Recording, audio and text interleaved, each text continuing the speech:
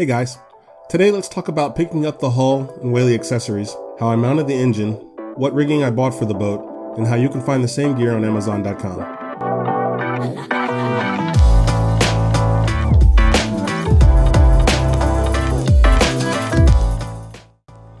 So after a lot of confusion with Whaly USA, I determined that I had to pick up the boat myself. This meant pulling my untested refurbished 1970s trailer behind my highway untested 1987 pickup all the way up the coast to Compton, California. Long story short, no sweat. Both were up to the task and we made the trip up and back with no issues.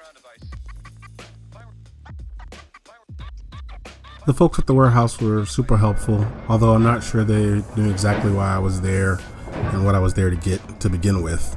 But eventually we found the hulls and they were able to get it on a forklift and help me get it on the trailer. However, I did need to use a few tools that I took with me up there to Compton to adjust the trailer bunks while I was at the warehouse. So what did I buy from Whaly USA? Well, the 435R hull, of course, but I also got 2 benches and the center console.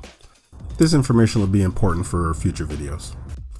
Once home, I now needed to mount the engine onto the hull. Now, I'm not sure if I'm telling you this part of the story as a triumphant victory or a warning of don't do it this way, but I ended up hoisting a $5,000 brand new outboard using a $50 Harbor Freight hoist. I bolted the hoist to the beams of the garage ceiling and hoisted the engine up onto the hull. Actually worked out pretty well with no problems. Okay, so let's talk about the fun part, the research and the shopping. As I stated previously, I purchased almost all of the running gear, the throttle cable, steering kit, steering wheel, props, almost all of it on Amazon. I'll try to put links in the description below for as much of it as I can find.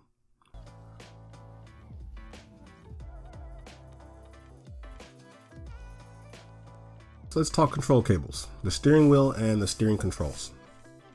For the throttle cable, I bought a Dometic SeaStar Xtreme control cable at 10 feet.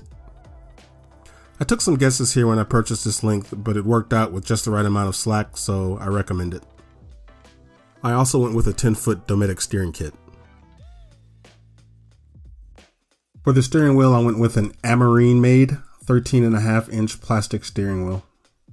I took a bit of high grit sandpaper around the steering wheel as it had a weld seam or some sort of plastic seam that was a little uncomfortable.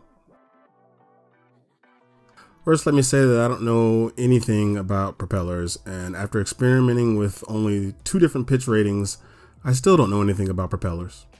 But I can tell you that for now I'm running a 9.8 by 11, and I think that is giving me the best performance out of the 2 that I've tried. The other propeller that I purchased was a 9.9 by 14 stainless steel propeller. It was real nice, real pretty and shiny, but I don't think it was giving me the best performance. I believe my top speed with the stainless steel propeller was around 20 to 21 miles per hour. And with the one I'm running now, I've gotten the boat up to a top speed of around 26 miles per hour, both only on their light loads. Well, in an effort to keep these videos short and to the point, I think that's all for today. In our next video, let's discuss the electrical breaker switches, bus bar, battery box, battery switch, battery monitor, and panel gauges. Thanks for watching. See you next time.